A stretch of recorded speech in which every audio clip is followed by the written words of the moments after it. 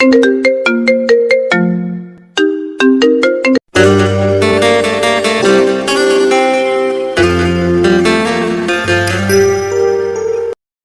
নতুন ভালোবাসার গল্প পেতে আমাদের চ্যানেলটি সাবস্ক্রাইব করে পাশে থাকা বেল আইকনে ক্লিক করুন। ধন্যবাদ। চোখের সামনে নিজের ভালোবাসার স্বামীর সাথে নিজের বেস্ট ফ্রেন্ডকে বউ রূপে দেখতে হবে, কোনোদিন কল্পনাও করেনি মন। এই কি সেই আদ্রাফ যার হাত ধরে পরিবারের সাথে বিচ্ছেদ করে চলে এসেছিল? এত ভালোবাসা কই গেল আদ্রাফের? শুধুমাত্র একটা বাচ্চার জন্য কি সব? ভেবেছিল আদ্রাফকে আজ মনের জীবনের সবচেয়ে বড় সারপ্রাইজটা দেবে, কিন্তু মন নিজেই যে এখানে সারপ্রাইজ হয়ে যাবে তা কল্পনাও করেনি। পাশেই নেহা কুটিল হাসি নিয়ে দাঁড়িয়ে আছে। মন বেদনা ভরা চোখে আদ্রাফের দিকে তাকালো। তা দেখে আদ্রাফ বিরক্তি মাখা কণ্ঠে বলে উঠল, আরে দরজার সামনে থেকে সরো, আমাদের ঢুকতে দাও। নতুন বউকে দরজার সামনে এইভাবেই দাঁড়িয়ে রাখবে নাকি? মন স্তব্ধ। সত্যি কেটা আদ্রাফ?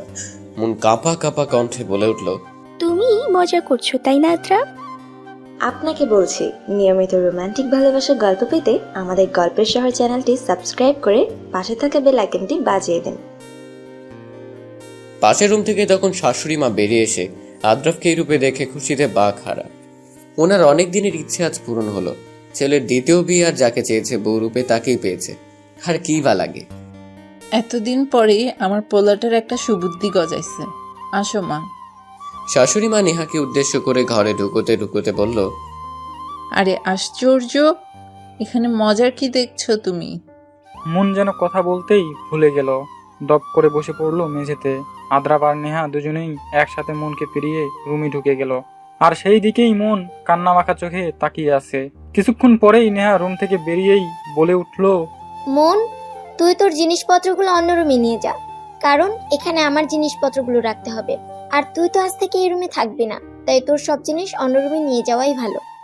এই বলেই নেহা রুমে ঢুকে গেল। মন উঠে দাঁড়ালো। নিজেকে শক্ত হতে হবে। কার জন্য কান্না করবে সে? এই মানুষটার জন্য, যে তাকে মাঝ পথে এসে ছেড়ে দিচ্ছে তার জন্য। মন চোখের পানি মুছে সেই রুমের দিকে অগ্রসর হলো। এতদিন এই রুমটা তার ছিল, কিন্তু এখন আর নেই। মন রুমে গিয়ে দেখলো নেহা বিছানায় বসে আছে, আর আদ্রাফ নেই। মনে হয় ওয়াশরুমে, হয়তোবা সারাদিন অনেক ধকল গিয়েছে, তাই শাওয়ার নিতে ঢুকেছে। যেখানে যাক না কেন ওই মানুষটা, মন আর ভাববে না ওই মানুষটার কথা। মন আস্তে আস্তে নিজের রুম থেকে সবকিছু গুছিয়ে নিল। সব নিয়ে রুম থেকে বেরিয়ে যাওয়ার সময় শেষবারের মতো তাদের ভালোবাসার রুমটার চারদিকে তাকালো। এখন থেকে এই রুম আর তার নেই, অন্য আরেকজনের। আদ্রাফের সাথে এই রুমে তার কত স্মৃতি।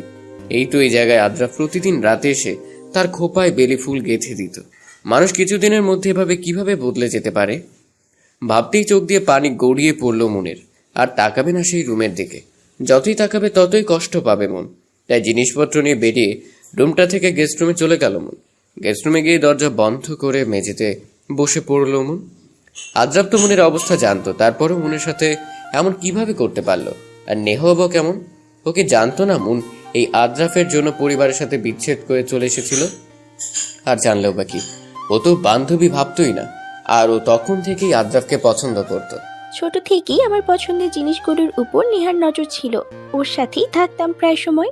একই এলাকায় বাসা হয়, ওকে আপন ভেবে সব কথা বলতাম। আমি ওকে বেস্ট ফ্রেন্ড ভাবতাম ঠিকই, কিন্তু ও কোনোদিন ভাবতো না। মা মারা যাওয়ার পরই বাবা দ্বিতীয় বিয়ে করেছিলেন। বিয়ে করতে চাইনি, কিন্তু সবার জোরাজুরিতে আমার আরেকটা মা দরকার ভেবে বিয়ে করেছিলেন। হ্যাঁ, সবার সামনে আমি একটা আদর্শ মা পেয়েছি ঠিকই, কিন্তু আসলে কি তা? প্রথম 1 বছর ঠিকই ছিল, এরপর আরেকটা বোন হওয়ার পর সব রূপ বেরিয়ে আসলো। বাবাও প্রথমে খবরাখবর নিত, কিন্তু দিন যতই যায় বাবাও ওর পক্ষেই হয়ে যায়। আমাকে পড়াশোনাও ঠিকভাবে করতে দিত না। সারাদিন রান্নাবান্নার সব কাজ আমাকেই করতে হতো। তার উপর সৎমার অত্যাচার তো আছেই, কোনো কাজ ঠিক মতো না হলে মারধর করত। এর উপর বোনটা কড়া নজরদারি তো আমার উপরে ছিল। আমার সব পছন্দের জিনিস ওর নজর সব সময় থাকতো। একটা কাপড় পছন্দের থাকলে সেটাও সৎমা আর বোন একসাথে এসে নিয়ে যেত। দিতে চাইলে মারধর দিত। বাবাকেও উল্টাপাল্টা বোঝাতো। সবাই ওর কথাই শুনতো। বাবাও আমার কথা বুঝতে চাইতো না। ছোটবেলা থেকেই নেহার সাথে বন্ধুত্ব আমার। ও আমার সম্পর্কে সবকিছুই জানতো। ঠিক সেই সময় আদ্রাফ নামক পুরুষের আগমন আমার জীবনে। সে আমাদের কলেজের সিনিয়র ব্যাচের ছিল। প্রথম কয়েক মাস লুকিয়ে থাকতাম তার থেকে, কিন্তু এরপর আর পারিনি। তার ভালোবাসার জেদের কাছে হেরে গিয়েছি। সেই কলেজের প্রায় মেয়েকেই আজরাফের পছন্দ করত, তেমনিভাবে নেহাও ছিল তাদের মধ্যে। কিন্তু আমি ওকে আমার জীবনে জড়াতে চাইনি। ওর পাগলামির জন্য আমার পরিবারের অবস্থা সব বলেছিলাম। সে তার মাকে নিয়ে আমাদের বাড়িতে গিয়েছিল প্রস্তাব নিয়ে, কিন্তু আমার সৎ মা আর সৎ বোন এটা সহ্য করতে পারেনি। ওরা আমার ভালো পরিবারে বিয়ে হোক এটা চাইতো না, তাই তো বাবাকে বলিয়ে ওদের অপমান করে বের করে দিয়েছিল। এরপর আমার পড়াশোনাটাই বন্ধ করে দিয়েছিল। বাইরে যাওয়া একেবারেই বারণ। এই সব কিছুই নেহা জানতো। হয়তোবা উপরে ভালো সাজতো, মনের ভেতরে অন্য কিছু ছিল। নেহার সাহায্যেই এক রাতে আজরাফের সাথে এক কাপড়ে বাড়ি থেকে বেরিয়ে এসেছিলাম, কিন্তু শাশুড়ি মাকে অপমান করেছিল, তাই তিনি মানতে পারেননি আমাকে। এই বিয়ের জন্য হয়তো আমার প্রতি নেহার অনেক ক্ষোভ ছিল, কারণ আজরাফকে সেও অনেক পছন্দ করত। সে তার খেলার চাল হিসেবে শাশুড়ি মাকেই প্রথম বেছে নিয়েছিল। এরপর বাচ্চা না হওয়ার জন্য শাশুড়ি মা প্রতিদিনই খোঁটা দিত, আর আজরাফকে দ্বিতীয় বিয়ের জন্য চাপ দিত। এর পেছনে নেহাই তো আছে। 1 বছরের প্রেম আর 2 বছরের সংসার জীবনে আজরাফ কোনোদিন আমার হাত ছাড়েনি, সব সময় ছায়ার মতো পাশে ছিল। শাশুড়ি মার কথায় আমি যখন মন খারাপ করতাম, তখন আজরাফের কথায় ভরসা পেতাম। সে বলতো, দেখো মন, আম্মার বয়স হয়েছে। এই বয়সে নাতি নাতনির একটা শখ থাকে মানুষের, ঠিক আমারও তেমন আছে। কিন্তু চিন্তা করো না, আমি সবসময় তোমার পাশে আছি।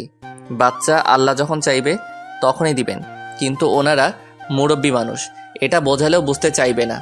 এই দেখো, এই হাতটা ধরেছি ছাড়ার জন্য নয়, আজীবন একসাথে থাকবো আমরা। তখন এই কথাটা আজ কোথায় গেল আজরাফের? অন্তত আজকের দিনটা হলেও অপেক্ষা করতে পারলো না সে। কিছুদিন ধরে সে বাসায় দেরিতে ফিরত, কথা বলতো না ঠিকঠাক। এসব ভাবতে ভাবতে চোখ ভিজে এলো মনের। আদ্রা ওয়াশরুম থেকে বেরিয়ে রুমের দিকে তাকাতেই কি যেন ফাঁকা ফাঁকা মনে হলো। কাপড় নেওয়ার জন্য আলমারির কাছে যেতেই দেখতে পেল ওখানে মুনের কাপড়ের জায়গায় নেহার কাপড় দেখলো।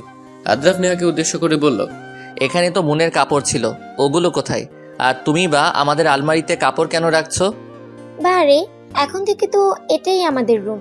মনের রুম তো পাশেরটা। ওর কাপড় কেন আমাদের রুমে থাকবে বলো? আদ্রাফের হঠাৎ খারাপ লেগে উঠল। এই 2 বছরে মুনকে ছাড়া কোনোদিন থাকেনি। হাজারও রেগে থাকলেও রাতের মাঝখানে চলে আসতো আদ্রাফের পাশে। মেয়েটা আজ একা থাকবে ভাবতেই খারাপ লাগলো। আর এই আলমারিটা তো মুনের ভীষণ প্রিয় ছিল। এভাবেই তার অধিকার এত তাড়াতাড়ি ছেড়ে দিল। রুমের চারদিকে তাকাতেই কোথাও যেন একটা শূন্যতা অনুভব করলো আদ্রাফ। কি হলো? কোথায় হারিয়ে গেলে? আমি মনকে খাবারের ব্যবস্থা করতে বলে আসতেছি, কেমন? নেহার কথা আদ্রাফের খেয়াল আসলো। আদ্রাফ নেহাকে ডাকার আগে নেহা বেরিয়ে গেল রুম থেকে। দরজা ধাক্কার শব্দে মুনের খবর হলো। সে তাড়াতাড়ি চোখ মুছে উঠে দরজা খুলে দেখলো নেহা দাঁড়িয়ে আছে হাসি মুখ নিয়ে। বোঝাই যাচ্ছে অনেক খুশি সে আজ। হবেই না কেন, সে তো আজ আমার সবচেয়ে পছন্দের জিনিসটা নিতে পারলো। মন, আমাদের জন্য খাবার রেডি করিসনি? একটু রেডি করতে ভালো হতো। জানিসই তো আজ অনেক ধকল গেছে আমাদের দুইজনের। একটু তাড়াতাড়ি কিছু ব্যবস্থা করতো। তুই রুমে যা, আজরাফের কিছু লাগতে পারে, আমি খাবারের ব্যবস্থা করছি। নেহা, তুই তো সব জানতি আমার ব্যাপারে, তবু কেন করলি এমন? মন শোন, আজরাফ তোকে নয় আমাকে ভালোবাসে। ওই সময়টা মোহ ছিল, ও এখন সেটা বুঝতে পেরে আমার কাছে ফিরে আসছে। তুই প্লিজ আর অশান্তি করিস না। সত্যিই ভালোবেসে থাকলে আমাদের দুজনকে ছেড়ে দে।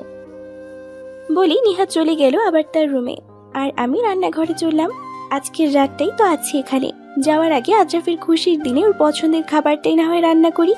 আজরাফ গরম গরম খিচুড়ির সাথে ভুনা ইলিশ মাছ পছন্দ করে। এই অল্প সময় এটাই করা যায়। মুন ফ্রিজ থেকে ইলিশ মাছ বের করে রান্না করার কাজে লেগে গেল। যতই হোক আজ মুনের নিজেরও সবচেয়ে খুশির দিন। রান্না শেষ করে সব টেবিলে সাজিয়ে মুন নেহাকে ডাক দিল আদ্রাফকে নিয়ে আসার জন্য। ওরা আসার আগেই মুন গেস্ট রুমে গিয়ে দরজা আটকে দিল। তার আজ খাওয়ার মুড নেই। আদ্রাফ টেবিলে এসে বসতেই দেখতে পেল তার পছন্দের খাবার সব। টেবিলে তার মা আর নেহা পাশে বসলো। কোথাও যেন প্রতি মুহূর্তে মুহূর্তে শূন্যতা অনুভব করছে আদ্রাফ। এই 2 বছরের প্রতিটা দিনই মেয়েটা খাওয়ার সময় তার পাশে দাঁড়িয়ে থাকতো, এটা ওটা নিয়ে দিত। আজকে ওর দায়িত্ব শেষ। আদ্রাফ নিজেই তো মুনের থেকে সেই অধিকারটা নিয়ে নিয়েছে। ভাবতে এক দীর্ঘশ্বাস বেরিয়ে এলো। আর অন্যদিকে মুন রুমে আলমারি খুলে প্রেগনেন্সি রিপোর্টটা বের করলো। আজ সবচেয়ে খুশির দিন হওয়ার ছিল, অথচ কি নিয়তি, আজ রাতেই সে অনেক দূরে চলে যাবে এই বাড়ি ছেড়ে, যেখানে আদ্রাফ নামক কোনো ছায়াও পড়বে না। দরজা ধাক্কানো শুনে মুন দরজা খুলে দেখতে পেল আদ্রাফ ভাতের প্লেট নিয়ে দাঁড়িয়ে আছে। আদ্রাফকে দেখেই মুন মুখ ঘুরিয়ে নিল। আদ্রাফ বলল, রাগ করেছো? রাতে খাবে না? তুমি জানো না, না খেলে শরীর খারাপ করবে। নাও, খেয়ে নাও। মুন কান্না আটকে বলে উঠল, এখন আমার কথা আর আপনাকে ভাবতে হবে না, অন্য কাউকে আমার সেই জায়গাটা দিয়ে ফেলেছেন, চলে যান আপনি। আদ্রাব কিছু না বলে হাত ধুয়ে এসে মুনকে ধরে বিছানার উপর বসিয়ে দিল। খাবার প্লেটটা হাতে নিয়ে মুনের মুখের সামনে লোকমা ধরল। মুন খাচ্ছে না দেখে ধমক দিয়ে বলে উঠল, তুমি জানো আমার রাগ উঠলে নিজেকে আয়ত্তে রাখতে পারি না। খাবে নাকি কিছু একটা করব আমি? আদ্রাফের রাগ সম্পর্কে মুন আগে থেকে অবগত, তাই চুপচাপ খেয়ে নিল। খাবার সাথে সাথে মুন ওয়াশরুমের দিকে দৌড় দিল।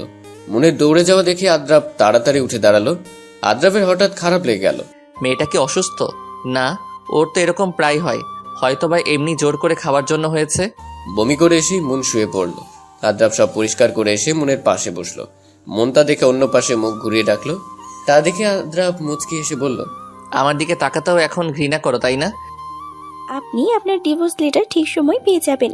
আমি বুঝেছি আপনি আপনার কথা রাখার জন্য আমাকে ডিভোর্স দেননি, কারণ আমার এই বাড়ি ছাড়া যাওয়ার আর কোনো জায়গা নেই। আপনি একদিন বলেছিলেন সারা জীবন আমার পাশে থাকবেন, এই হাত ধরেছিলেন, কিন্তু আপনি আপনার সব কথা যখন রাখতে ব্যর্থ হয়েছেন, তাই ডিভোর্সের জন্য কেন আর আটকে থাকবেন বলুন? তুমি চাইলে নেহার সাথে মিলেমিশে একসাথে থাকতে পারো, ডিভোর্স না দিয়েই। হ্যাঁ, আমি চাইলে। কেন, আপনি কি এখন আর আমাকে চান না? উফ মুন, তুমি সবসময় একটু বেশি করে ফেলো।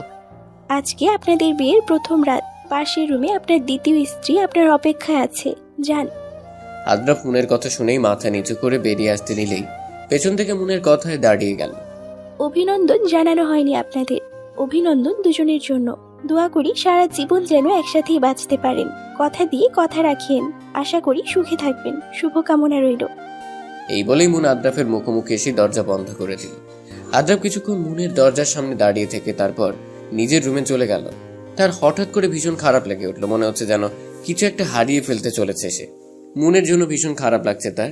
মেয়েটা বিয়ের পর একটা রাতও আদ্রাফকে ছেড়ে থাকেনি, আজ কিভাবে পারবে? হয়তোবা সারা রাত কান্না করবে, কিন্তু আদ্রাফেরই বা এই ছাড়া আর কোনো উপায় নেই। তার ফাঁকা ফাঁকা লাগছে ভীষণ। মুন দরজা বন্ধ করে এসে মেঝেতে বসে পড়ল। চিৎকার করে কাঁদতে ইচ্ছে করছে তার। আদ্রাফ কিভাবে পারলো এই কাজটা করতে?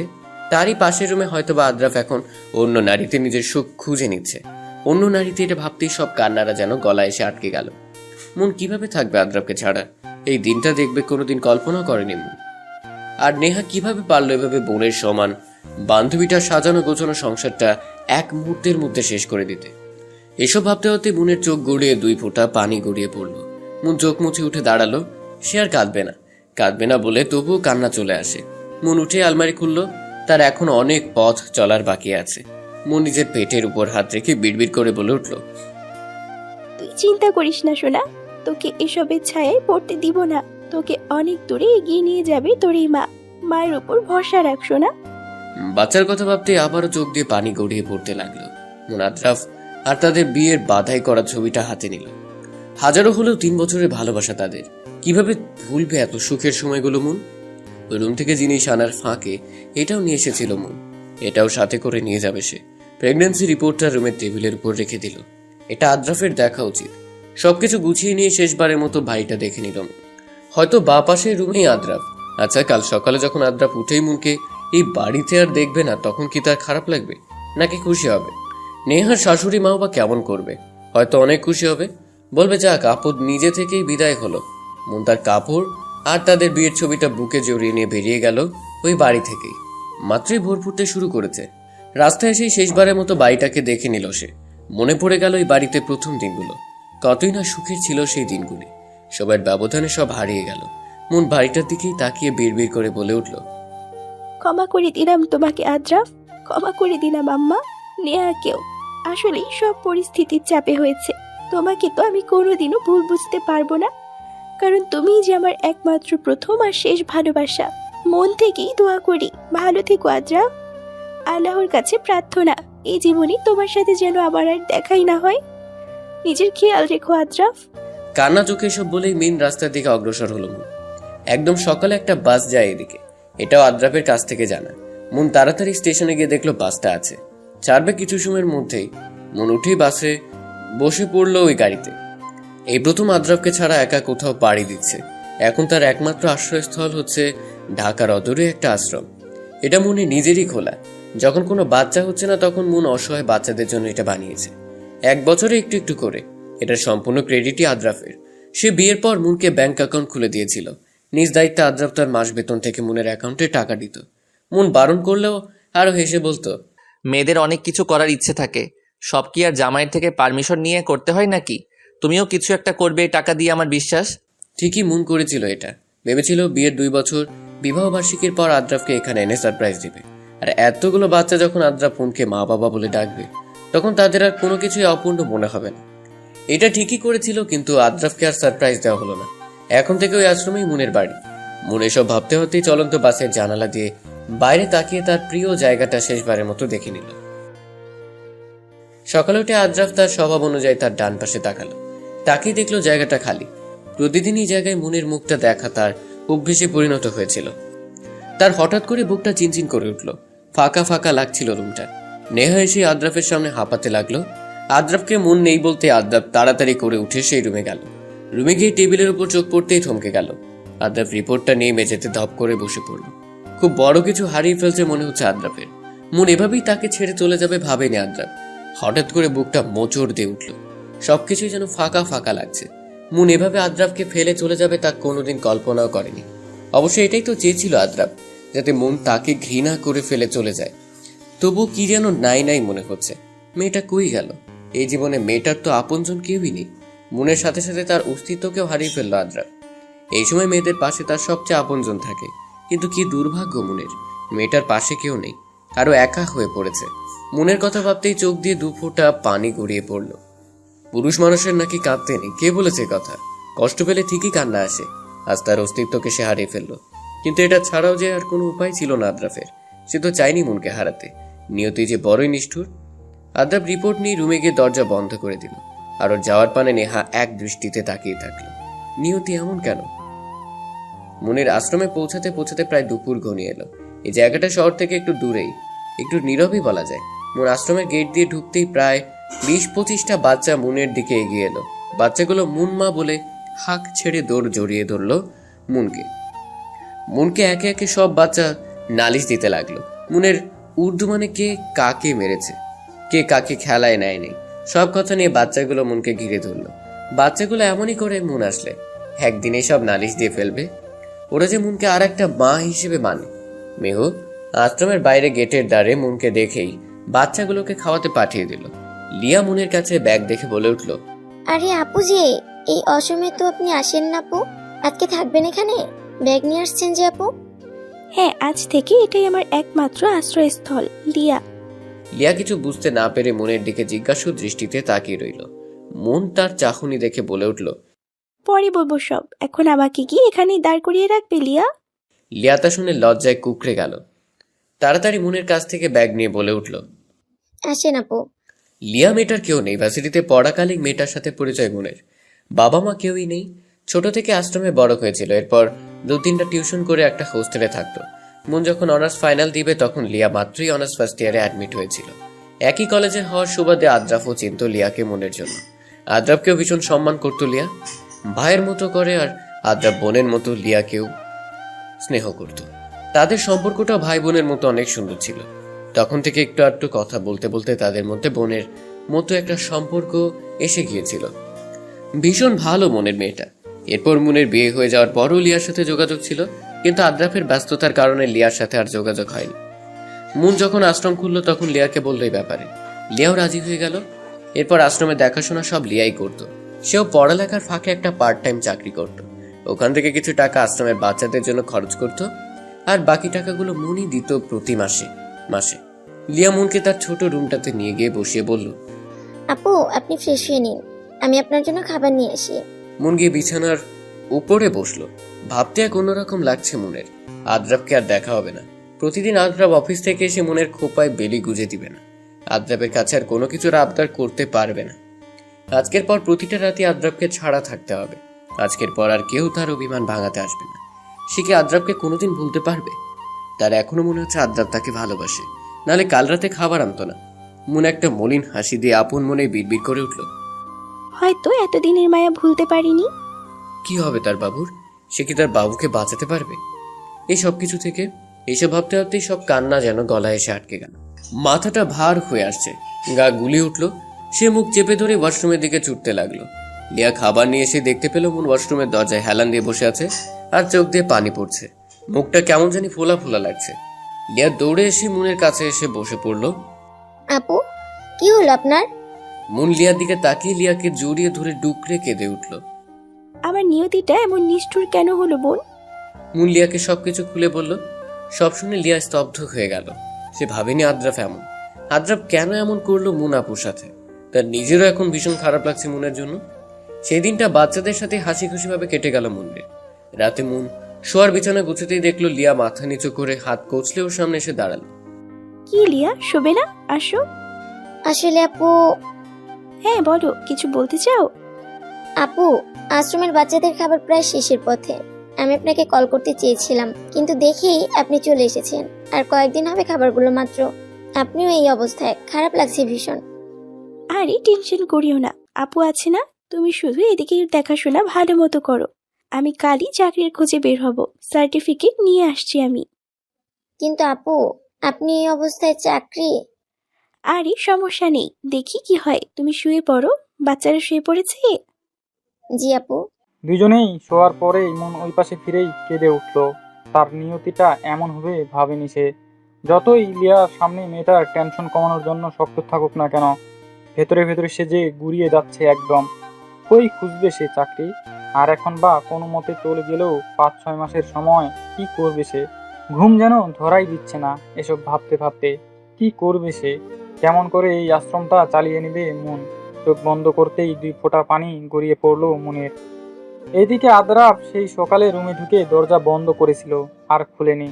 রাতেও আর খেতে বের হয়নি। আজকের রাতটা সবচেয়ে বেশি ফাঁকা ফাঁকা লাগছে। রুমের চারদিকেই শুধু মনের স্মৃতি। এক পলকের জন্য যদি মেয়েটাকে দেখতে পারতো। এই 2 বছরে এই প্রথম তার বুকের কোথাও শূন্যতা মনে হচ্ছে। এসব ভাবতে ভাবতেই হঠাৎ মাথা ধরে শুয়ে পড়লো আদ্রাফ। আবারও ব্যথাটা বেড়েছে। আদ্রাফ উঠেই পাশের টেবিল থেকে ওষুধের বক্সটা নিয়ে ওষুধ খেয়ে শুয়ে পড়লো। কাল সকালেই নেহাকে নিয়ে মনের চেনা জানা সব বান্ধবীদের কাছ থেকে খোঁজ নেবে। অন্তত দূর থেকে হলেও দেখে আসবে। কেটে গেল 3 মাস। সময় কারো জন্য থেমে থাকে না। সে নিজের মতোই বহমান। মন তার জীবনকে গুছিয়ে নিয়েছিল ঠিকই, কিন্তু আস্তে আস্তে তার চলা ফেরার কষ্ট হয়। অন্যদের মতো স্বাভাবিকভাবে চলতে পারে না মন।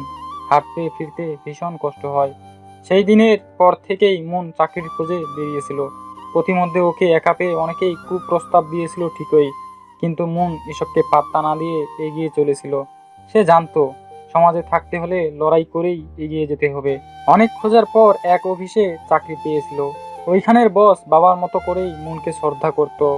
এটা দিয়ে সে নির্বিঘ্নে চলে যাচ্ছিল। কিন্তু দিন যতই যায় তার শরীরের অবস্থা ততই খারাপ হতে থাকে। ডাক্তার বলেছিল এই সময়ে একজন মায়ের ঠিক মতো খাবারের প্রয়োজন, ফল ফ্রুট ভালো মতো খেতে হবে, রেস্টের প্রয়োজন, কেয়ারের প্রয়োজন। মনের শরীরে এসব কিছুরই ঠিক নেই। তার উপর এই অবস্থায় অফিস জার্নি, সব মিলিয়ে অনেক কষ্ট হয় মনের।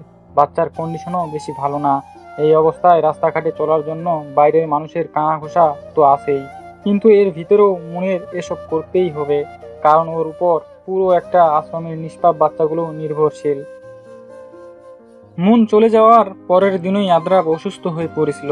এর মধ্যেও সে নেহাকে সাথে করে মনের সব চেনা জানা জায়গায় গিয়েছিল, কিন্তু কারো কাছ থেকেই মনের খোঁজ পায়নি আদ্রাফ। এরপর এসেই আদ্রাফ আরো বেশি অসুস্থ হয়ে পড়েছিল। রুমে ঢুকতেই শুধু মনের স্মৃতি তাকে ঘিরে ধরতো। আদ্রাফের নিজের জন্য কোনো চিন্তা নেই, সব চিন্তা মনকেই ঘিরে। মনের কথা ভাবতেই তার ভীষণ ফাঁকা ফাঁকা লাগে। সেই রাতের মাঝেই আদ্রাফ অতিরিক্ত মাথা ব্যথায় সেন্স হারায়। 1 সপ্তাহ হাসপাতালে থাকার পরে ডাক্তাররা আদ্রাফকে এমার্জেন্সি 2 রাতের ভিতরেই অন্য দেশে উন্নত চিকিৎসা উপলক্ষে পাঠিয়ে দিয়েছিল। আস্তে আস্তে আদ্রাফের অবনতি হতে থাকে। তবুও ডাক্তাররা আশায় আছে আদ্রাফ হয়তো সুস্থ হয়ে উঠবে, কারণ সে ফার্স্ট স্টেপেই সব জেনে গিয়েছিল আর চিকিৎসাও শুরু করেছিল। আদ্রাফ বাহিরের দেশে একটা হাসপাতালের কেবিনে শুয়ে আছে। এখানে তার চেনা জানার মধ্যে এক ডাক্তার আঙ্কেল নিয়ে এসেছিল। তার চোখগুলো বাইরের থাই গ্লাসের জানালা দিয়ে আকাশের দিকে স্থির। আদ্রাফের এই কেবিনটা সম্ভবত 4-5 তলায় হবে। আদ্রাফ শোয়া থেকেই আকাশের দিকে তাকিয়ে রইল। তার হঠাৎ করেই ভীষণ কষ্ট হচ্ছে মনির জন্য। মেয়েটা কেমন আছে কি জানি। এই সময়ে হয়তো আরো গুলুমুলু হয়ে গিয়েছে। মনেরই প্রতিচ্ছবি ভাসতে থাকে আদ্রাফের চোখে। ভীষণ ফাঁকা ফাঁকা লাগে তার। আচ্ছা, আদ্রাফের এই অবস্থা মন যদি জানতে পারে তখন কি করবে? মেয়েটা কি আদ্রাফের জন্য কাঁদবে? হয়তো হ্যাঁ, আবার হয়তো না। ডাক্তার যেদিন আদ্রাফকে তার এই অবস্থার কথা বলেছিল সেদিন মনের জন্য ভীষণ খারাপ লেগেছিল আদ্রাফের। আদ্রাফ জানতো তার অনুপস্থিতিতে মন তার জীবন কোনোদিন এগিয়ে নিয়ে যেতে পারবে না, কারণ সে যে আদ্রাফকে ভীষণ ভালোবাসে। আর আদ্রাফও চেয়েছিল তার অনুপস্থিতিতে মন যেন কিছু একটা করে সামনে এগিয়ে যেতে পারে। মেয়েটা মনের দিক থেকে ভীষণ নরম, সে যেন শক্ত হতে পারে। তাই তো আদ্রাফ সেদিন থেকেই মনকে ইগনোর করা শুরু করেছিল। মনকে ইগনোর করে চলতে আদ্রাফের নিজেরও ভীষণ খারাপ লাগতো। তবুও যে সে চেয়েছিল মন তার নিজের জীবনে সাফল্য আনুক। আদ্রাফের এই ধোকায় যেন মন অনেক শক্ত হয়ে যায়, সহজে আর কাউকে যেন বিশ্বাস না করে। তাই তো সে নেহার সাহায্য নিয়েছিল। এতেও ভীষণ কষ্ট হয়েছিল আদ্রাফের, সে যেন মনকে কষ্ট দিতে চায় না। নেহাকে যেদিন বউ রূপে অভিনয় করে ঘরে এনেছিল সেদিন মনের কান্নারত চোখের দিকে তাকাতেই আদ্রাফের এক মুহূর্তের জন্য ইচ্ছে হয়েছিল মনকে তার বুকে জড়িয়ে নিতে। কিন্তু নিয়তি সে মনের ভালোর জন্যই এমন করেছিল। সে মনে করেছিল মন তাকে ছেড়ে কোনোদিন যাবে না, গেলেও কয়েকদিনের জন্য তার কাছের বান্ধবীগুলোর কাছেই যাবে। কিন্তু আদ্রাফ আজ বুঝতে পেরেছে কত বড় ভুল ছিল এটা তার। মেয়েটা সে একেবারের জন্যই হারিয়ে গিয়েছে। আদ্রাফের থেকে নিজেকে অনেক গুটিয়ে নিয়েছে, সে তো এমন হোক চায়নি। না জানি কেমন আছে মন আর তার বাচ্চার কথা মনে পড়তেই আদ্রাফ তার কাপা কাপা হাতটা তুলে নিয়ে আঙ্গুল চালাতে চেষ্টা করলো। ভীষণ দুর্বল লাগে, তবুও চেষ্টা করে গুনে দেখলো আজ 6 মাস হবে হয়তো মনের। সে নিজেও হাসপাতালে আছে আজ 3 মাস। এই অসুস্থতার পরেও আরো অনেক রোগ পেয়েছে। এখন জানি না সে বেঁচে ফিরতে পারবে কিনা মনের কাছে, কিন্তু সে যে মনে প্রাণে চায় বাঁচতে। এই হাসপাতাল, ভিন্ন দেশ তার আর ভালো লাগে না। আকাশের দিকে তাকিয়ে দেখলো কতগুলো নাম না জানা পাখি পুরো আকাশ জুড়ে বিচরণ করছে মুক্তভাবে। আদ্রাফেরও ইচ্ছে হয় এমন ভাবে বাঁচার। তার এখন নিজেকে শিকলে বন্দি বন্দি মনে হয়। সব সময় মনের সাথে কাটানো মুহূর্তগুলো চোখে ভাসে। কতই না সুন্দর ছিল সেই দিনগুলো। আজও কি ফিরে পাবে দিনগুলো আদ্রাফ? তাদের নিয়তি এমন কেন হলো? আদ্রাফ যদি সুস্থ থাকতো তাহলে আজকের এই দিন তাদের দুজনের মধ্যে কাউকেই দেখতে হতো না। কতদিন পর এই সুখের সময়টা আসলো, অথচ এই সুখের সময়ে মন সবচেয়ে বেশি কষ্ট পাচ্ছে। নেহা খোঁজ নিচ্ছে সব জায়গায়, কিন্তু মনের খোঁজ সেও আর পায়নি। কোথায় আছে মন? কেমন আছো আমার মন পাখি? আমার যে এখানে আর ভালো লাগে না, ইচ্ছে করে সব ছেড়ে ছুড়ে তোমার কাছে ফিরে গিয়ে বুকের ভিতর বেঁধে রাখি তোমাকে। এসব ভাবতে ভাবতেই আদ্রাফের চোখ দিয়ে 2 ফোঁটা পানি গড়িয়ে পড়লো। সে যে তার মন পাখিকে ভীষণ মিস করছে। আজ কতদিন সে তার মন পাখিকে এক পলকের জন্য দেখে না। আমার মন পাখি বলেই বিড়বিড় করে উঠে আকাশের দিকে তাকিয়েই মলিন হাসলো আদ্রাফ। এখন মনে হচ্ছে আকাশেও তার মন পাখির প্রতিচ্ছবি ভাসছে। সেদিকে এক ধ্যানে তাকিয়ে রইল আদ্রাফ। মনের শরীর এখন আরো অবনতি হচ্ছে। সারাদিন অফিস করে এসেই এখন মন শুয়ে পড়ে। আগে যেই মন বাচ্চাদের সাথে একদিন না কাটিয়ে থাকতে পারতো না, সব বাচ্চাদের নিয়েই খেলা করত, সেই মন এখন আর বাচ্চাদের সাথে গিয়ে বসে না। বাচ্চারাও তাদের মন মার দিকে তাকিয়ে থাকে। অফিস করে এসেই রুম বন্ধ করে শুয়ে পড়ে। লিয়া প্রথম দিন মনে করেছিল হয়তো বেশি ক্লান্ত, তাই এমন করেছে। কিন্তু দিন যতই যায় মন আর তেমন কথা বলে না অপ্রয়োজনীয়। এখনের মন আর আগের মনের মধ্যে বিস্তর তফাৎ। আগের মন কত চঞ্চল, হাসি খুশি ছিল। অফিস শেষ করে এসে ফ্রেশ হয়েই বাচ্চাদের নিয়ে বসতো, কিন্তু এখন আর এসব করে না। এখন মন শুকিয়ে গিয়েছে, চোখের নিচে কালো দাগ বসে গেছে। ডাক্তার বলেছিল বাচ্চার কন্ডিশনও তেমন ভালো না, ফল ফ্রুট ভালো মতো খাওয়ার জন্য। কিন্তু মন মাস শেষে অফিস থেকে যা টাকা পায় সব আশ্রমেই খরচ করে ফেলে। ডাক্তার বলেছিল ঠিকমতো চেক আপ করানোর জন্য, কিন্তু মনের টাকা একদম সীমিত। লিয়ার খারাপ লাগে ভীষণ। তার এই মা সমতুল্য বোনটার জন্য কিছু একটা করতে ইচ্ছে হয় ভীষণ। কিন্তু মন চাকরি করার পর থেকে লিয়াকে আর কোনো চাকরি করতে দেয় না। তার দায়িত্ব শুধুই বাচ্চাগুলোর কেয়ার করা। মন যতদিন আছে ততদিন লিয়াকে কোনো কষ্টই করতে দিবে না, এটা মনের কথা। তবুও চিন্তা হয় তার। মুনাপুর বাচ্চাটার কন্ডিশন ভালো না। মুনাপু প্রেগনেন্সিতে অনেক কষ্ট করছে, তার উপর অনেক রোগা হয়ে গিয়েছে। আদ্রাফ ভাইয়া কি মোনাপুকে এত তাড়াতাড়ি ভুলে গেল? কিভাবে পারলো? সে কি মোনাপুকে একটু মিস করে না? এর শেষ কোথায় হবে লিয়া তা ভেবে পায় না। মাস 3 পেরিয়ে গেছে। সেদিন এক সতেজ গোধূলি বিকেল, মন মাতানো বৃষ্টি নেমেছে। বৃষ্টির সময় হাত দিয়ে বৃষ্টির পানি ছোঁয়া মনের অভ্যাস। সদ্য বৃষ্টির পানিতে ধুয়ে পরিষ্কার হয়ে যাওয়া পিচ ঢালা কালো রাস্তাটা চকচক করছে। শিউলি ফুলের গাছের পাতা শুয়ে শুয়ে শিশির কণার ন্যায় টপ টপ ঝরছে বর্ষণের শীতল বৃষ্টি। মন জুড়িয়ে যায় এমন দৃশ্য দেখলে। এসব দেখতে দেখতেই হঠাৎ করে মনটা খারাপ হয়ে গেল মুনের। এই 2 বছরে বৃষ্টি আসলেই মুন জানালার ধারে এসে হাত মিলিয়ে দিত। বৃষ্টির পানিতে আর আদ্রাপ মুনের এই খুশি পাশেই দাঁড়িয়ে দাঁড়িয়ে মুচকি হেসে উপভোগ করত। আজ নিয়ে 8.5 মাসেরও বেশি আদ্রাপের দর্শন পায়নি মন। ইদানিং একটু বেশি মিস করে আদ্রাপকে। আচ্ছা, আদ্রাপ কি মনকে একটুও মিস করে না? মন চলে আসার পর কি খুঁজেছিল আদ্রাপ? মন তো বড্ড মিস করে তার আদ্রাপকে। আজকাল সময়গুলো ভালো যায় না মনের। দিনটা কোনো মতে গেলেও রাতটা যেন কাটতেই চায় না। রাত হলেই সব অনুভূতিগুলো চোখের পানি আকারে বেরিয়ে আসে মনের। মন মলিন চোখে আকাশের দিকে তাকালো। বৃষ্টি থেমে গেছে অনেক আগেই। অন্ধকার ঘনিয়ে আসছে। আস্তে আস্তে আকাশে তারাগুলো ভেসে উঠে তাদের সৌন্দর্য প্রকাশ করতে চলেছে। বৃষ্টির পরেই আকাশটা কি পরিষ্কার হয়ে গেল। তার জীবনটাও যদি এমন হতো, এই সব কিছু যদি স্বপ্ন হতো, চোখ খুলেই পাশে আদ্রাপের বাহুর মধ্যে যদি নিজেকে আবদ্ধ পেত, কি হতো এসব মিথ্যে হলে? আগে মাঝরাতে স্বপ্নে যখন দেখতো আদ্রাপ মনের চোখ ফাঁকি দিয়ে হারিয়ে যাচ্ছে, তাহলে তখনই ঘুমের মাঝে চিৎকার করে উঠে বসতো মন। আর তখনই আদ্রাপ পাশ থেকে উঠে তার মাথায় হাত বুলিয়ে নিজের বুকের মাঝে মনকে আবদ্ধ করে এসব মিথ্যা প্রমাণ করে দিত। কি হতো এই 8 মাসেও যদি মিথ্যা প্রমাণ করে দিত আদ্রাপ? মনের হঠাৎ করেই ভীষণ খারাপ লেগে উঠল। নিজের পেটের উপর হাত রেখে দুঃখ করে কেঁদে উঠল। আমার বাচ্চা। বলেই চোখ বন্ধ করলো। আপু, লিয়া রুমের দরজা থেকেই এতক্ষণ মুনকে দাঁড়িয়ে দেখছিল। দরজার পাশেই লাইট দিয়ে মুনের দিকে তাকিয়ে ডেকে উঠল। লিয়ার ডাকে মুনের খেয়াল হলো। সে চোখ মুছেই হাসি মুখে লিয়ার দিকে ফিরল। ওখানে কেন? ভেতরে আসো। আপু অন্ধকার রুম করে আছেন যে? আমার জীবনটাই তো এখন অন্ধকারে ঢাকা, আর আলো দিয়ে কি করবো লিয়া? মুন বিড়বিড় করে বলে উঠল। লিয়া তা বুঝতে না পেরে মুনের দিকে জিজ্ঞাসু দৃষ্টিতে তাকিয়ে রইল। লিয়ার তাকানো দেখে মুন মুখে হাসি টেনে বলে উঠল, অন্ধকারে দাঁড়িয়ে আকাশ দেখতে ভালো লাগে, তাই সব তারাগুলো যখন মিটিমিটি জ্বলতে থাকে কি সুন্দর লাগে। আকাশটাকে তখন পরিপূর্ণ মনে হয়। তারা না থাকলে অপূর্ণ লাগে, মনে হয় কি যেন নেই নেই, তাই না লিয়া? লিয়া মুনের পাশে এসে এক পলক আকাশের দিকে তাকিয়ে মুনকে জড়িয়ে ধরল। লিয়া বুঝে গিয়েছে মুন তার কান্না ঢাকার জন্যই এসব বলছে। লিয়ার জড়িয়ে ধরা দেখে মুন মুচকি হেসে তার মাথায় হাত বুলিয়ে দিয়ে জিজ্ঞেস করলো, কি হলো হঠাৎ? আপু আপনার ভীষণ কষ্ট হয় তাই না? দূর পাগলি, কিসের কষ্ট? এত সুন্দর একটা পরিবার আছে, তাহলে কিসের কষ্ট? সারাদিন অফিস করেন, এই অবস্থায় আবার জার্নি। আরে পাগলি, এটা কোনো ব্যাপার না। আমি তো বলছি আপু, চাকরি না হয় আমি করি। উফ, তুমি এই বয়সে অনেক কষ্ট করেছো লিয়া। এখন আপু যতদিন আছে ততদিন মন দিয়ে পড়াশোনা করো, তারপর ভালো চাকরি পাবে। তখন আপু তোমার ঘাড়ে বসে বসে খাবে। তখন আপুকে চাইলেও তোমার বাসা থেকে বের করতে পারবে না। কোথাও যাবো না তোমাকে ছেড়ে। আমিও ধরে বেঁধে রেখে দিব, কোথাও যেতে দিব না ইলিয়াকে ছাড়া। আপু, খাবার সময় হয়ে গেছে, চলেন খেয়ে আসি। বাচ্চারা খেয়েছে? না, এখনো খাইনি। আজ আপনাকে ডাকতে আসলাম একসাথে খাওয়ার জন্য। অনেকদিন তো ওদের সাথে একসাথে খাননি, আজ খাবেন। আচ্ছা চলো।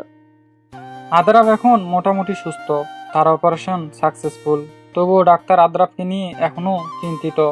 কারণ ব্রেন টিউমার রোগীদের মধ্যে প্রায় রোগীর অপারেশন সাকসেসফুল হয়, কিন্তু দেখা যায় কয়েক মাস না যেতেই পুরোপুরি সুস্থ রোগী হঠাৎ করেই অসুস্থ হয়ে পড়ে আবার। তবুও ডাক্তার আদ্রাপকে নিয়মিত খাবার জন্য কিছু ওষুধ লিখে দিয়েছে, যেগুলো নিয়ম মাফিক খেতে হবে। একদিনও বাদ দেওয়া যাবে না। আর মাথায় বেশি চাপ নেওয়া একদম বারণ করে দিয়েছে ডাক্তার। চাপ নিলে হিতে বিপরীত হবে। আদ্রাপ আজ দেশে ফিরবে। কত মাস পর সে নিজের দেশে ফিরছে সুস্থ রূপে। তার এখন ভীষণ আফসোস হচ্ছে মনের জন্য। মেয়েটাকে সে খুঁজে বের করবেই, দরকার হলে পায়ের উপর পড়ে ক্ষমা চাইবে। আদ্রাপের বিশ্বাস মন কোনোদিন তার থেকে মুখ ঘুরিয়ে থাকতে পারবে না। নিজের বাড়িতে ঢুকতেই মায়ের সাথে কথা বলে নিজের রুমে ঢুকতেই একটা অদ্ভুত শিহরণ বয়ে গেল মনের মধ্যে আদ্রাপের। একদম ফাঁকা। মন যাওয়ার পরই আদ্রাপ অসুস্থ হয়ে হাসপাতালেই কাটিয়েছিল এত মাস। আজ রুমে ঢুকেই বুকের কোথাও একটা সূক্ষ্ম ব্যথা অনুভব হচ্ছে। আদ্রাপ ফ্রেশ হয়েই এসে ওষুধ খেয়ে শুয়ে পড়ল। মাথার ব্যথা এখনো ঠিক কমেনি। আদ্রাপ শুয়েই বিড়বিড় করে উঠল, আমি ফিরে এসেছি মন পাখি, তোমায় খুঁজে বের করবই। অনেকদিন পর মন আবারও বাচ্চাদের সাথে হেসে খেলে রাতে খেলো। এতদিন তো অফিস থেকে এসেই রুম বন্ধ করে শুয়ে পড়তো। মনের কেমন জানি মায়া মায়া লাগছে সবকিছুতে। বাচ্চারা ঘুমিয়ে গেলেই মন আর লিয়া রুমে চলে আসলো। বাচ্চারাও আজ ভীষণ খুশি ছিল, কারণ তাদের মন মা অনেকদিন পর আবারও তাদের সাথে হেসে মেতে খাবার খেলো একসাথে। লিয়াও ভীষণ খুশি এর জন্য। মনের মুখে অনেকদিন পর সত্যিকারের হাসি দেখেছে সে, কিন্তু মনের ভেতরে ভেতরে ভীষণ খারাপ লাগছে। সব দুর্বলতা যেন ঘিরে ধরতে চাইছে, চোখগুলো ঝাপসা হয়ে আসছে বারবার। কেন জানি ভীষণ কান্না পাচ্ছে তার। আদ্রাবকে একেবারের জন্য হলেও দেখার ইচ্ছে হচ্ছে, অন্তত মানুষটা ভালো আছে কিনা তা যদি দেখতে পারতো মন। বুকের কোথাও ভীষণ ব্যথা হচ্ছে। মনের এত মাসের মধ্যে আজকে বেশি মনে পড়ছে আদ্রাবকে। বড্ড ইচ্ছে হচ্ছে আদ্রাব যদি সব ছেড়ে ছুড়ে এসে মনকে এসে বলতো, মন পাখি এইসব কিছুই মিথ্যা ছিল। এই আদ্রাফের হৃদয়ের কুঠুরিতে তো শুধুই তার মন পাখি ছিল, আছে আর থাকবেও। মনও তখন এই 8 মাসের সবকিছু ভুলে আদ্রাফের বুকে ঝাঁপিয়ে পড়তো, আর আদ্রাফও মুচকি হেসে মনকে তার বুকে আগলে নিত। এসব ভাবতে ভাবতেই মনের ঠোঁটের কোণায় মুচকি হাসির রেখা দেখা দিল। লিয়া মনের পাশে এসে শুয়ে পড়তেই মনও শুয়ে পড়ল। আস্তে আস্তে ঘুমের দেশে পাড়ি জমালো। মাঝরাতে কারো গঙ্গানির শব্দে লিয়ার ঘুম ভেঙে গেল। সে পাশ ফিরেই দেখতে পেল মন গঙ্গাচ্ছে। মন এক হাতে বিছানার চাদর খামচে ধরে অন্য হাতে লিয়াকে ডাকার চেষ্টা চালাচ্ছে। মুখ দিয়ে আওয়াজ বের করার শক্তিটুকুও পাচ্ছে না। লিয়া উঠে বিছানার দিকে তাকাতেই স্তব্ধ হয়ে গেল। লিয়া একটি মেয়ে, এত রাতে কি করবে তা ভেবে পাচ্ছে না। তবুও এত কিছুর মাঝে তার একটিই চিন্তা, মনকে হাসপাতালে নিয়ে যেতে হবে যত দ্রুতই সম্ভব। লিয়ার উপায় না পেয়ে মনকে ওই অবস্থায় রেখে দ্রুত বেরিয়ে গেল। এই মাঝরাতে কোনো গাড়িও তেমন নেই, কি করবে লিয়া তা ভেবে পাচ্ছে না। অবশেষে অনেক কষ্ট করে একটা গাড়ি পেয়েছে, ওইটা করেই মনকে হাসপাতালে নিয়ে গেল লিয়া। হাসপাতালে মনের কন্ডিশন দেখে ডাক্তাররা এমার্জেন্সি অপারেশন থিয়েটারে নিয়ে গেল। মনকে নিয়ে যাওয়ার পথে লিয়া তার হাত ধরে রেখেছিল। থিয়েটারে মনকে ঢুকে নেওয়ার পরই ডাক্তাররা সবকিছু শুরু করে দিল। মনের কি আর আদ্রাফের হাতের বেলি ফুলের মালা মাথায় গুঁজা হবে না? আর কি কোনোদিনও আদ্রাফের কাছে কিছুর আবদার করা হবে না? আর কি কোনোদিন একসাথে চন্দ্র বিলাস করা হবে না? শেষবারের মতো আদ্রাফের মুখচ্ছবি তার চোখের সামনে ভেসে উঠতেই মনের কান্নারত মুখেই ঠোঁটের কোণায় এক চিলতে হাসি দেখা দিল। ভালো থেকো আদ্রাফ, ভীষণ ভালোবাসি। বলেই মন বিড়বিড় করে উঠল। চোখ বন্ধ অবস্থায় দু চোখ দিয়ে পানি গড়িয়ে পড়ল মনের। সাদা কাপড়ে মোড়ানো মৃত দেহটির দিকে এক দৃষ্টিতে তাকিয়ে রইল লিয়া। সে ভাবেও নি মন এভাবে তাকে ছেড়ে না ফেরার দেশে চলে যাবে। লিয়া এক নজর তার কোলে থাকা বাচ্চাটার দিকে তাকিয়ে চোখ ফিরিয়ে পাশেই মনের মৃতদেহটির দিকে তাকিয়ে ডুকরে কেঁদে উঠল।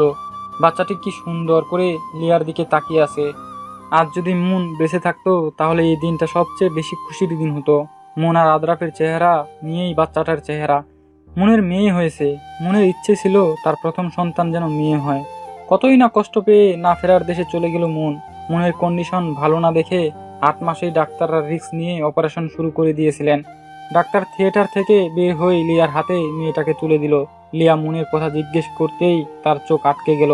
মনের নিথর দেহটি দেখে মেয়েটার কি ভাগ্য, সবার জন্য কতই না কষ্ট করেছিল, অথচ মেয়েদের এই মা হওয়ার সুখের সময়টাতেই হারিয়ে গেল।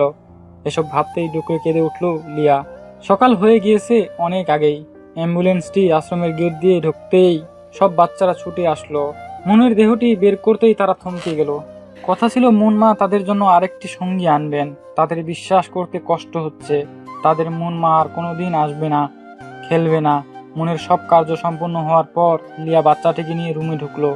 সে বুঝতেছে না কিভাবে তার মন আপুর এই শেষ অস্তিত্বকে রাখবে। অবশ্য ডাক্তাররা সব বুঝিয়ে দিয়েছে, তবুও একটা ভয় আছে। মা ছাড়া বাচ্চার একটা এক্সট্রা কেয়ারের কথা বলে দিয়েছে ওরা। লিয়া রুমে ঢুকতেই একরকম শূন্যতা অনুভব করলো। কালকেও তার আপু এখানে ছিল, কালকে রাতেও কতই না হাসি খুশি ছিল। কি নিস্তব্ধ হয়ে আছে রুমটা। এই রুমটাই তার আর মুনাপুর কত হাসি খুশির সাক্ষী। এখন একেবারে সবকিছু থেকেই মুক্তি নিয়ে পাড়ি জমালো না ফেরার দেশে। আর কোনোদিন আসবে না তার মুনাপু। এসে লিয়া বলে আর কোনোদিন ডাকবে না। বাচ্চাটিকে কোল থেকে নামিয়ে বিছানার উপর রাখলো। কি সুন্দর করে ঘুমিয়ে আছে। আর সেই জায়গায় মুনাপু থাকলে কি করতো? লিয়ার দু চোখ বেয়ে পানি গড়িয়ে পড়লো। লিয়া উঠে আলমারির সামনে গেল। আলমারি খুলেই মনের কাপড় চোপড়গুলো নেড়ে দেখছিল। হঠাৎ একটা দুইটার দিকে চোখ পড়ল লিয়ার। লিয়া খুব যত্ন সহকারে চিঠিগুলো নিল। তার মন আপুর লেখা চিঠি, অথচ আজ সে বহু দূরে। লিয়া চিঠি দুইটা হাতে নিল। একটার উপর লিয়া আরেকটার উপর মনের আদ্রাপ দেওয়া। লিয়া তার নামের চিঠিটা খুলে পড়া শুরু করলো। লিয়া, আমার ছোট বোন, আমার কেন জানি মনে হচ্ছে আমি আর বেশি দিন নেই। ডাক্তার বলেছে আমার আর বেবির কন্ডিশন তেমন একটা ভালো নয়। 6 মাস চলাকালীন সময় ওয়ার্নিং দিয়েছিল, কিন্তু আমি বসে থাকতে পারিনি। এতগুলো নিষ্পাপ বাচ্চাকে আমি যখন ফুটপাত থেকে তুলে এনেছিলাম, তখনই শপথ করেছিলাম এই এতিম বাচ্চাগুলোকে কোনো দিন কষ্ট দেব না। এখন যদি আমি চাকরি ছেড়ে দিই তাহলে ওরা বাঁচবে কিভাবে? মাঝপথে কিভাবে বা তাদের ছেড়ে দিই? আমার অনেক ইচ্ছে ছিল এই আশ্রমটা একদিন অনেক বড় করব, কিন্তু দেখো হয়তোবার কিছুদিন পরে আমার আর অস্তিত্বই থাকবে না। তুমি আপুর জন্য অনেক করেছো, যদি কখনো আমি না থাকি তাহলে আশ্রমটাকে নিজের মতো করে গুছিয়ে নিও। তুমি একবার বলেছিলে না আমি হঠাৎ করে এত চেঞ্জ কেন হয়ে গিয়েছি? এটার উত্তর কি জানো? ওই দিন আমি চেকআপের জন্য গিয়েছিলাম। ডাক্তার বলেছিল আমার মেয়ে হবে, আমি মেয়ের মা হব। ওই দিন আমার সবচেয়ে খুশির দিন হবার কথা ছিল, কিন্তু ডাক্তার এরপর বলেছিল আমার লাইফ রিস্ক হবে যদি এইভাবেই চলতে থাকি। কিন্তু আমার তো কিছু করার ছিল না। আমি যদি না থাকি আমার মেয়ের নাম তুমি আদ্রিয়া দিও, আদ্রাফের নামের সাথে মিলিয়ে রেখো।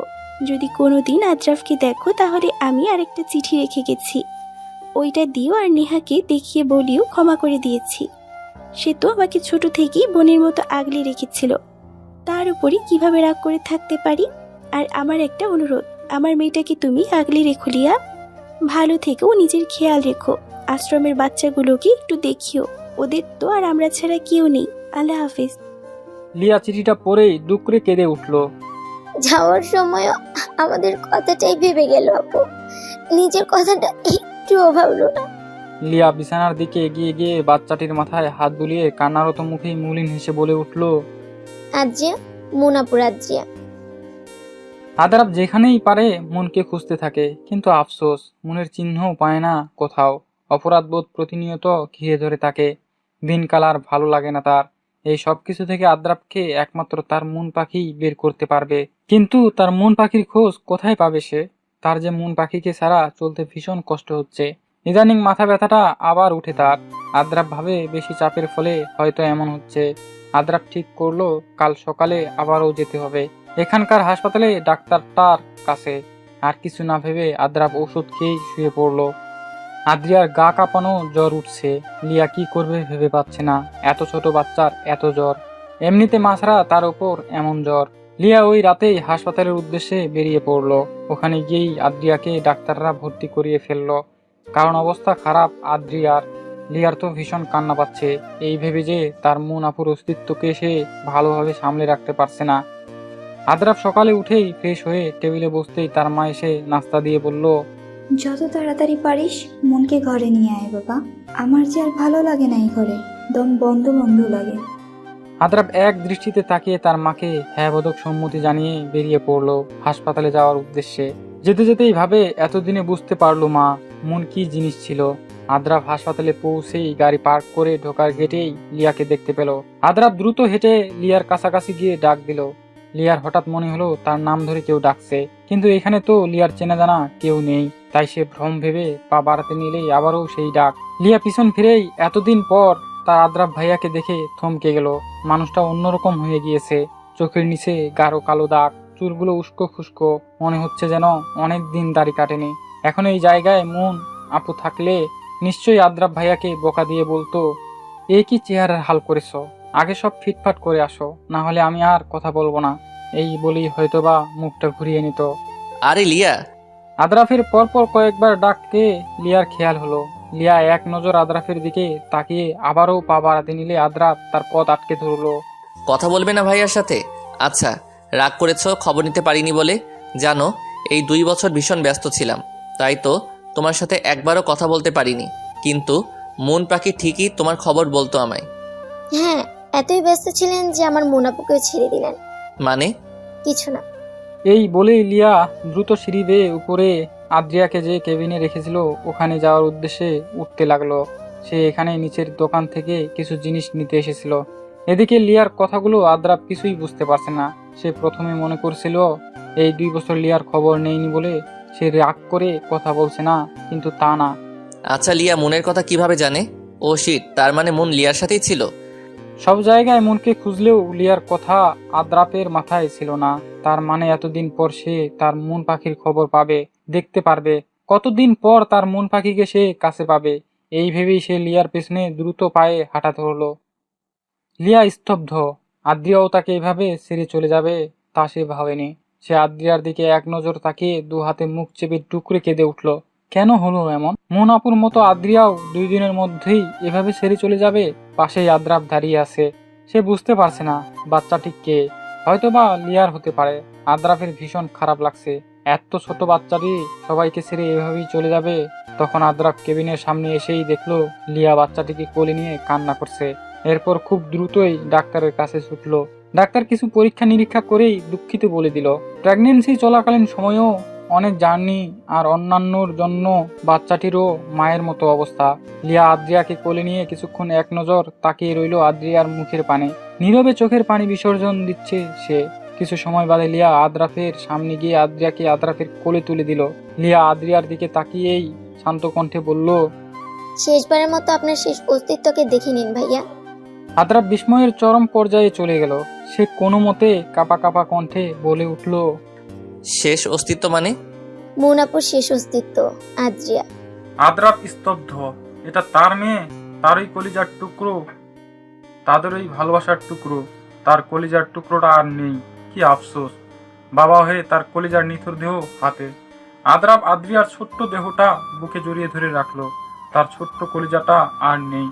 এটা যেন আদ্রাফের বিশ্বাসই হতে চাইছে না। আদ্রাফ এক দৃষ্টিতে আদ্রিয়ার দিকে তাকিয়ে রইল। কি সুন্দর মায়াবী মুখশ্রী, একদম মনের মতোই। মনের কথা মনে পড়তেই আদ্রাফ চারদিকে চোখ ঘুরিয়ে দেখলো। মনকে কোথাও না দেখে আদ্রাফ লিয়ার দিকে তাকালো। মন পাখি কই? লিয়া কোনো কথা না বলে আদ্রাফের কাছে গিয়ে বলল, ভাইয়া উঠুন, আমার সাথে আসুন। আদ্রাফ লিয়ার কথা ভালোভাবে বুঝতে না পেরে জিজ্ঞাসু দৃষ্টিতে তাকিয়ে রইল। মুনাপুকে দেখতে চেয়েছিলেন না? আসেন আমার সাথে। আদ্রাফ আদ্রিয়াকে বুকে জড়িয়েই হাঁটতে লাগলো। সে এখন বিশ্বাস করতে পারছে না আদ্রিয়া আর নেই। তার মনে হচ্ছে এই তো ঘুমিয়ে আছে তার পরীটা। আদ্রিয়াকে দাফনের পরেই আদ্রাফ ভীষণভাবে ভেঙে পড়ল। লিয়া আদ্রাফকে নিয়ে আশ্রমের গেট দিয়ে ঢুকতেই কতগুলো বাচ্চা লিয়াকে এসে ঘিরে ধরলো। আমাদের বোন কই লিয়া আন্টি? সবাই সমচ্চরে বলে উঠল। লিয়া হাঁটু মুড়ে বসেই কান্নায় ভেঙে পড়লো আর বলল, সেও তোমাদের মন মার কাছে চলে গিয়েছে। বাচ্চাগুলো কি বুঝলো বোঝা গেল না। ওরা পথ ছেড়ে দিয়ে চলে গেল। লিয়া উঠে দাঁড়িয়ে চোখ মুছে বলল, জানেন ভাইয়া, এটা আমাদের মুনাপুর আশ্রম। আপনাকে সারপ্রাইজ দিবে ভেবেছিল, কিন্তু আফসোস। আদ্রাফ লিয়ার কথা কিছুই বুঝতে পারলো না। তার মাথায় কিছুই ঢুকছে না। মাথা ব্যথাটা আবার বাড়ছে। তার মন পাখি কই? তার এখন মন পাখিকে ভীষণ প্রয়োজন। লিয়া একটা রুমের ভিতর ঢুকে আদ্রাফের হাতে একটা চিঠি তুলে দিল। আদ্রাফ চিঠিটা হাতে নিয়েই বলল, কি এটা? আর আমার মন পাখি কই? আপনার মন পাখি আর নেই। মুনাপু এখন আকাশের চাঁদ হয়ে গিয়েছে। মুনাপু আপনার জন্য রেখেছিল এটা। লিয়া বলেই রুম থেকে বেরিয়ে গেল। আদ্রাফ থমকে গেল। কি বলছে লিয়া? এটা পাগল হয়ে গিয়েছে নাকি? আদ্রাফ কাঁপা কাঁপা হাতে চিঠিটা খুলল। প্রিয় আদ্রাফ, নিশ্চয়ই ভাবছেন এত কিছুর পরেও প্রিয় কেন বললাম, তাই তো? আমি আপনাকে কোনো দিন ভুল ভাবিনি আর ভাববো না। সব কিছুর পরেও আপনি আমার প্রিয়ই থাকবেন, অন্তত এই 3 বছরের জন্য হলেও। আপনার সাথে কাটানো এই 3 বছর আমার জীবনের সেরা দিন ছিল। অনেক দিন আপনাকে ভুলে থাকতে চেয়েছিলাম, কিন্তু আমি বরাবরই ব্যর্থ আদ্রাফ। আপনাকে আমি এই মুহূর্তের জন্য ভুলতে পারিনি। তাই তো আজ অনেক দিন পর এসে চিঠি লিখতে বসলাম। কারণ কেন জানি মনে হচ্ছে আমি আর আপনার সাথে সেই সুখের দিনগুলোর মতো আর কোনো সময় পাবো না। আপনি হয়তো ভালোই আছেন, তাই আর আলাদা করে জিজ্ঞাসা করিনি। জানেন, ডাক্তার বলেছে আমার একটা ফুটফুটে মেয়ে হবে। আমি তো সেই খুশি হয়েছি খবরটা শুনে। কিন্তু এরপর বলেছেন এভাবে যদি চলতে থাকি তাহলে আমার রিস্ক আছে। কিন্তু কি করব বলেন? আমি এত মাসুম বাচ্চাগুলোর মা হয়েছি, মাঝপথে ওদের ছেড়ে দেওয়ার জন্য নাকি? আমি যদি চাকরি না করি তাহলে তারা কিভাবে চলবে? আচ্ছা, এসব বাদ দেন, বেশি কথা বলা হয়ে যাচ্ছে। অনেক দিন আপনার সাথে কথা হয়নি, তাই ইচ্ছে করছে ডায়েরি নিয়ে সব লিখে ফেলি। আচ্ছা, আপনার কি আমাকে মনে পড়ে আদ্রাফ? আমার ভীষণ মনে পড়ে আপনাকে। আমার হৃদয়ে যে শুধুই আপনার নাম খোদাই করে লেখা মনের আদ্রাফ। জানেন, আমি আমাদের মেয়ের জন্য একটা নাম ঠিক করেছি, সেটা হলো আদ্রিয়া। নামটা সুন্দর না? আপনার আদ্রাফ নামের সাথে মিলিয়ে এই নামটা। আজকে ভীষণ দুর্বলতা গ্রাস করেছে, ঝাপসা ঝাপসা লাগছে সব। ইদানিং বাচ্চাগুলোর সাথেও তেমন করে কথা বলতে ইচ্ছে হয় না। তারা তো বেজয় রাগ। কারণ তাদের মন নাকি তাদের সাথে দেখতে পারে না। আচ্ছা, বলতে ভুলে গিয়েছিলাম, এই আশ্রমটা করার পিছনে পুরো ক্রেডিট কিন্তু আপনার, ফারহান আজরাফের, ওরফে মুন আজরাফের। ভেবেছিলাম এই আশ্রমটা করার কয়েকদিন পর আমাদের বিবাহবার্ষিকীতে আপনাকে সারপ্রাইজ দেব। যখন বাচ্চাগুলো দেখবেন তখন আমাদের মধ্যে আর অপূর্ণতা লাগবে না। অনেক বেশি বলে ফেলেছি আজ। ইদানিং যেদিকেই তাকাই আপনার প্রতিচ্ছবি ভাসে চোখের সামনে, তাই লিখছি। ইদানিং ইচ্ছে করে সব ছেড়ে ছুড়ে আপনার কাছে গিয়ে আপনার বুকের উপর ঝাঁপিয়ে পড়ি। কতদিন আপনাকে দেখা হয় না, কতদিন আপনার মুখ থেকে মন পাখি শোনা হয় না। জানি না এটা আপনার হাতে পড়বে কিনা, আর যখন পড়বে তখন হয়তো আমি আর থাকবো না। এই, কাঁদবেন না একদম আমার জন্য। আপনি কাঁদলে আমি কিন্তু ওই দূর আকাশ থেকে দেখব, তখন আমার ভীষণ খারাপ লাগবে। আমার আদ্রিয়া মাকে দেখে রাখিয়েন, আশ্রমের বাচ্চাগুলোকেও দেখেন একটু। আপনাদের উপর আমার কোনো অভিযোগ নেই, ক্ষমা করে দিয়েছি। আমার ভালোবাসায় হয়তো কোনো ঘাটতি ছিল, তাই অপূর্ণই থেকে গেল। ভালো থাকবেন, নিজের যত্ন নেবেন প্রিয় আজরাফ। ইতি, আপনার মন পাখি। চিঠিটা পড়েই আদ্রাফ স্তব্ধ। মনে হচ্ছে যেন সবকিছু থমকে গেল আদ্রাফের। তার মন পাখি আর নেই। আদ্রাফ হাঁটু মুড়েই বসে পড়লো, কান্নায় ভেঙে পড়লো। কাকে সে মন পাখি বলে ডাকবে? এভাবেই অভিমান করে চলে গেল। আদ্রাফ যা কিছু সামনে পাচ্ছে সবকিছুই ছুঁড়ে ছুঁড়ে মারছে।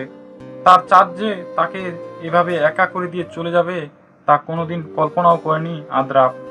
মন পাখির এত তাড়া ছিল যে সত্যিটাও জেনে গেল না। ভীষণ মাথা ব্যথা করছে। একসময় আদ্রাফ ওখানেই চিঠিটা হাতে মুঠোবন্দি করেই লুটিয়ে পড়ল মেঝেতে। লুটিয়ে পড়ার পরও এক দৃষ্টিতে তার হাতের চিঠিটার দিকেই তাকিয়ে রইল। চোখ দিয়ে অঝরো ধারায় পানি গড়িয়ে পড়ছে।